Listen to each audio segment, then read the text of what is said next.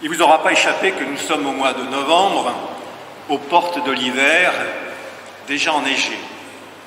Leurs dernières feuilles, la végétation se met en sommeil, les marmottes et bien d'autres animaux hibernent pour dormir eux aussi d'un profond sommeil qu'ils interrompront au printemps quand les premiers rayons du soleil réchaufferont la terre et gonfleront les bourgeons, signe précurseur bien visible d'une nouvelle année. Allons-nous mettre en sommeil notre spiritualité au prétexte que d'être arrivés au terme de notre année liturgique, la semaine prochaine plus exactement, au cours de laquelle nous avons fait route avec le Christ invisible dont nul ne sait quand il reviendra, mettant à mal, comme chez les disciples, l'espérance de son retour qu'aucun signe ne laisse entrevoir. Notre foi, après tout, aurait peut-être besoin de faire une pause après une année ponctuée par des maladies, les difficultés professionnelles ou familiales, les catastrophes, les guerres, l'évolution du climat et ses conséquences négatives, tout signe qui pourrait nous faire croire, résignés, au déclin de l'humanité et de sa fin proche. Ces événements ne sont évidemment pas de simples péripéties, tant ils s'accompagnent de souffrances, mais ils ne sont cependant que des signes du commencement des douleurs de l'enfantement d'un nouveau monde, comme nous le dit Marc quelques versets avant ce que nous avons lu au début du chapitre 13. Et ce ne sont pas les textes du jour qui, pris au premier degré, viennent nous regonfler le moral. Il y est question, vous l'avez entendu, de détresse, de déshonneur pour une horreur éternelle dans le livre de Daniel, d'étoiles qui tomberont du ciel, de justice à vous immobiliser à jamais, de peur de ne pas être choisis et rassemblés par les anges du bon côté dans l'évangile de Marc. Des textes, bien sûr, au langage codé, apocalyptique, pas faciles à comprendre, et qui peuvent attiser nos peurs, mais qui en réalité, quand on creuse un peu, nous libèrent de nos angoisses, en nous ouvrant la porte d'un possible avenir nouveau de liberté et de justice, à condition d'avoir la clé pour ouvrir cette porte. Et cette clé a un nom, espérance. L'espérance est au cœur de chacun d'entre nous, un des moteurs de notre vie de chrétien. Elle est la petite voix qui nous dit que rien n'est jamais perdu. Elle est cette lumière obstinée qui guide nos pas dans ce monde qui n'est pas un fleuve tranquille, mais qui peut le devenir en reconnaissant celui qui nous conduit jusqu'à une terre nouvelle, Jésus-Christ. L'espérance, une des trois vertus théologales avec la foi et l'amour, et qui donne à notre vie le sens de l'éternité. Si l'espérance veut être une amie fidèle à nos côtés, il faut bien le reconnaître que nous ne lui sommes pas toujours fidèles. Par nos fautes, l'espérance est trop souvent rejetée par les épreuves qui nous mettent à terre, agressée par nos peurs, perdue avec nos désillusions, enfouie sous nos doutes, comme un trésor abandonné dans l'attente d'un jour meilleur. Alors ce matin, je voudrais avec vous redécouvrir ce trésor en creusant le champ des Écritures à travers ces deux textes de l'Ancien Testament et du Nouveau Testament qui sont des leçons d'espérance. Pour espérer, il faut une promesse, ou autrement dit, l'espérance est précédée d'une promesse, et pas n'importe laquelle, c'est celle de Dieu. Abraham, qui n'est pas encore Abraham, a quitté ses parents, tous ses biens, à la demande de Dieu, pour aller vers un pays inconnu que Dieu lui désignera, avec une promesse, celle d'avoir une large descendance. Et il a fallu qu'il attende d'avoir 99 ans pour qu'Isaac, le fils de la promesse, naisse. Pendant toutes ces années d'attente, Abraham n'a jamais cessé d'espérer, malgré la stérilité de Sarah, malgré sa vieillesse. Il avait cru en la promesse de Dieu. Ce que Dieu promet, il l'accomplit dans un temps qui est le sien et sur lequel nous n'avons aucune prise. Une multitude qui dort se réveillera, annonce le prophète Daniel, ce que nous avons entendu. Cette promesse de résurrection des justes n'est cependant limitée qu'aux Israélites et pas encore à l'humanité tout entière. Avec Marc, Jésus lève le voile sur ce qui va advenir. Il nous fait la promesse de voir le Fils de l'homme venant sur les nuées avec beaucoup de puissance, avec gloire. La promesse qui nous est faite aujourd'hui, c'est la révélation à toute l'humanité d'un monde où Dieu aura enfin le dernier mot sur les forces du mal, avec le retour bien visible du Seigneur Jésus-Christ, qui avait déjà vaincu le mal par sa mort et sa résurrection. Si le mal semble encore dominer notre monde, néanmoins, des signes de renouveau peuvent nous laisser entrevoir un monde autre qu'aujourd'hui, dans lequel nous avons un rôle à jouer, porté par la confiance et l'espérance. Un rôle pas facile, certes, car nous avons à lutter contre des forces invisibles, et en premier, le silence de Dieu. Oui, le silence de Dieu pesant, révoltant, dont on veut se persuader qu'il n'est pas signe de son absence. Et cette lutte peut durer plus longtemps encore que la déjà longue nuit de lutte de Jacob, tant les résistances sont nombreuses sur le chemin de la foi.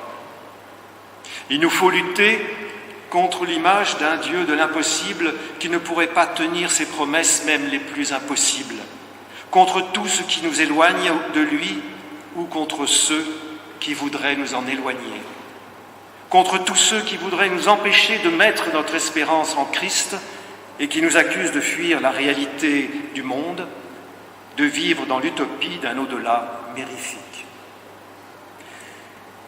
Nous vivons constamment dans l'intranquillité. Oui, l'intranquillité. Ce que décrit magnifiquement dans son livre, son petit livre, Marion Muller-Collard, que je vous invite vraiment à lire. Nous avançons entre certitude et ignorance, à la fois confiants dans notre Seigneur et en lutte contre l'inquiétude et le doute. La foi et l'espérance, deux moteurs de notre existence humaine, en sont des antidotes qui ont besoin l'une de l'autre. L'espérance a besoin de se nourrir de notre foi. Elle n'est rien sans notre croire en une vie au-delà de la mort, parce que nous croyons fermement au Christ ressuscité des morts et à son retour. Toutefois, cette résurrection est loin de nous rassasier. Elle attise au contraire un irrésistible désir de savoir, comme les disciples, savoir ce qu'il y a derrière la porte, derrière le voile. Cette génération ne passera pas avant que tout cela n'arrive, nous dit-on. Hier, c'était la génération des disciples, aujourd'hui la nôtre, demain celle de nos enfants qui voudront savoir l'heure de la fin. Mais pourquoi savoir ? Ne cherchons pas à le savoir, nous dit Jésus, en nous mettant en garde contre les faux prophètes avides de puissance et qui cherchent à nous abuser avec de vaines espérances d'avenir paradisiaque et de bonheur illusoire. C'est si facile, il est vrai, de succomber à ces tentations. Eh bien, heureusement, nous avons les moyens d'y résister, nous dit Paul dans sa lettre aux Hébreux, avec l'espérance fermement fixée comme une ancre de l'âme, là où est le Fils de l'homme, sur les nuées, dans sa gloire.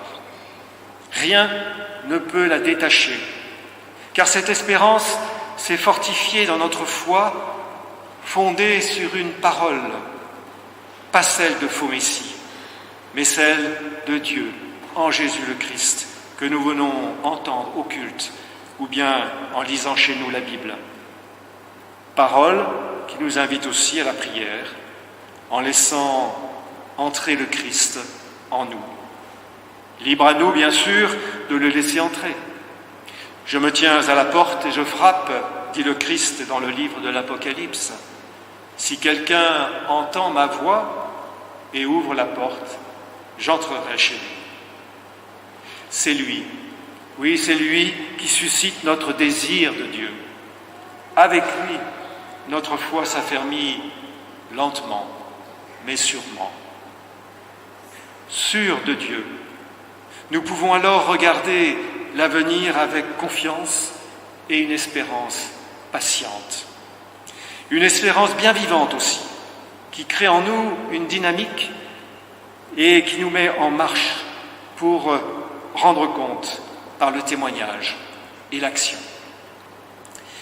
Nous ne pouvons pas rester inactifs, à attendre paresseusement toute notre vie les signes avant-coureurs des nouveaux cieux et d'une nouvelle terre où la justice habite.